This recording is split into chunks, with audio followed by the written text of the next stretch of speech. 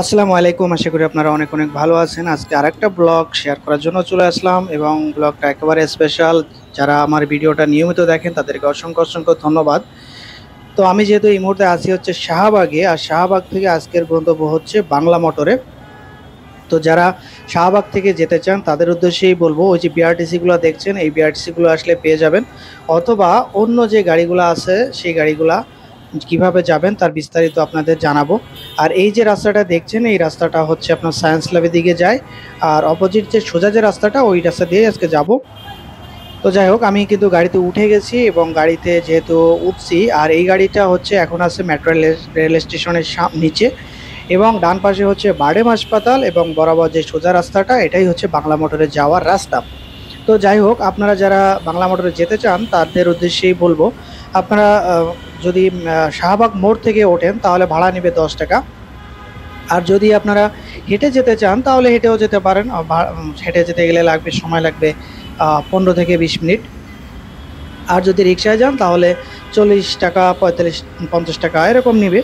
আর যদি সিএনজি বাইকে যান, সবই মেবি যার যার মতন করে যে ভাড়া চাইবে বা যেতে পারবেন। সিএনজিতে গেলে কত 100 টাকা নেবে এরকম বলবে। আর বাইকে এত কাছাকাছি যেতেও চায় না, যদি যায় তাহলে তো সর্বনিম্ন 100 টাকা ভাড়া সেইভাবে হয়তো নিতে পারে।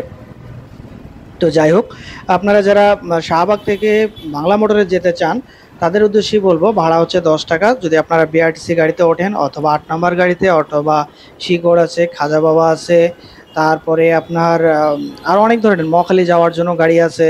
হ্যাঁ, যে কোনো গাড়িতে শাহবাগ থেকে উঠলেই আপনারা যেতে পারবেন, একেবারে ঝামেলা ছাড়াই, একেবারে স্পেশালভাবেই যেতে পারবেন। আর আমি কিন্তু কথা বলতে বলতে অনেক দূর চলে এসেছি। আর উপর দিয়ে কিন্তু মেট্রো রেল যায়, চাইলে আপনারা মেট্রো রেলেও যেতে পারেন। মেট্রো রেলে থেকে গেলে হবে কি, আপনাকে নামতে হবে হচ্ছে কারণ বাজার। কারণ বাজার থেকে আবার আপনাকে রিটার্ন হেঁটে বাংলা মোটরে আসতে হবে। আর যদি আপনারা বাংলা মোটরে যেতে চান তাহলে এই যে যেভাবে বললাম বাসেও যেতে পারেন, অথবা আপনারা রিক্সায় যেতে পারেন, বাইকে, সিএনজিতে, যে যেমন যেতে পারেন।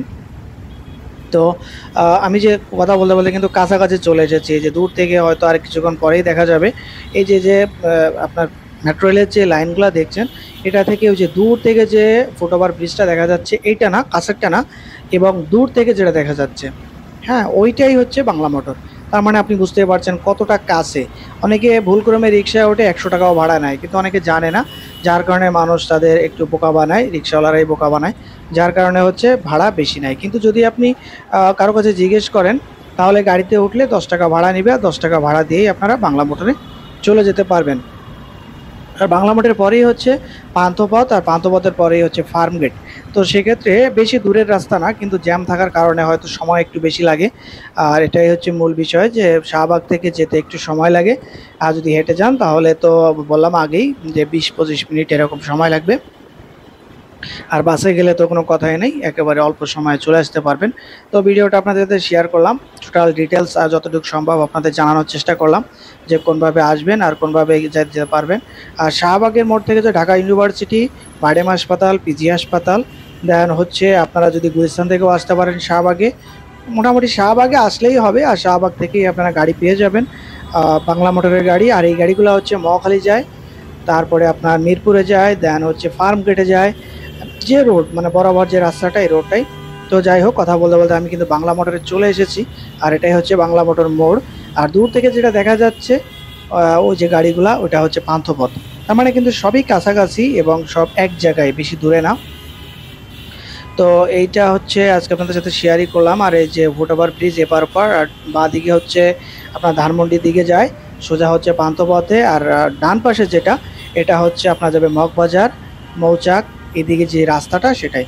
তো আজকের মতো এই পর্যন্তই, সবাই ভালো থাকবেন, আর আমার চ্যানেলটাকে সাবস্ক্রাইব করে দিবেন, ফলো দিয়ে দিবেন। তো আজকের মতো সবাইকে আল্লাহ হাফেজ।